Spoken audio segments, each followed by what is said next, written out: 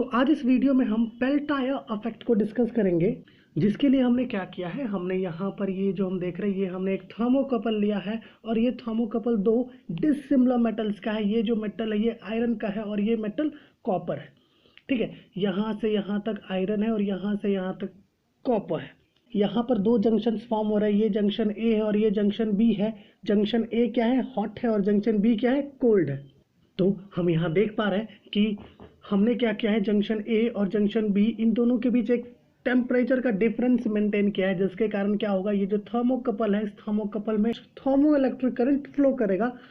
और अगर हम यहाँ पर एक सेल इंसर्ट कर दें, ये जो हम देख रहे हैं ये वाला, हमने यहाँ पर एक सेल को इंसर्ट कर दिया, तो जैसे ही हम यहाँ पर सेल को इंसर्ट करेंगे, जो thermo electric current hot and से पास करता है, ये जो हॉट एंड है, इस हॉट एंड से जो थर्मो इलेक्ट्रिक करंट पास करेगा जब, तो क्या होगा, इस हॉट एंड पर कुछ हीट अब्सॉर्ब हो जाएगा।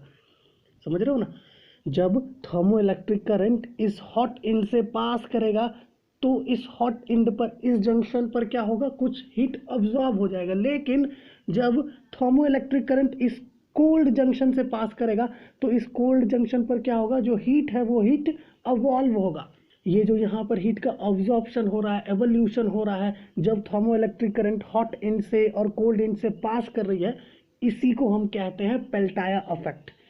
तो पेल्टायर इफेक्ट को हम कुछ इस तरीके से डिफाइन कर सकते हैं इस एक्सप्लेनेशन के बेसिस पर कि दिस अब्जॉर्प्शन और evolution of heat at a junction of two dissimilar metals when current is passed is known as Peltier effect। अब कुछ पॉइंट्स देख लेते हैं पेल्टायर इफेक्ट के रिगार्डिंग। तो पेल्टायर इफेक्ट क्या होता है, रिवर्सेबल इफेक्ट होता है, जैसे कि सीबैक इफेक्ट होता था रिवर्सेबल।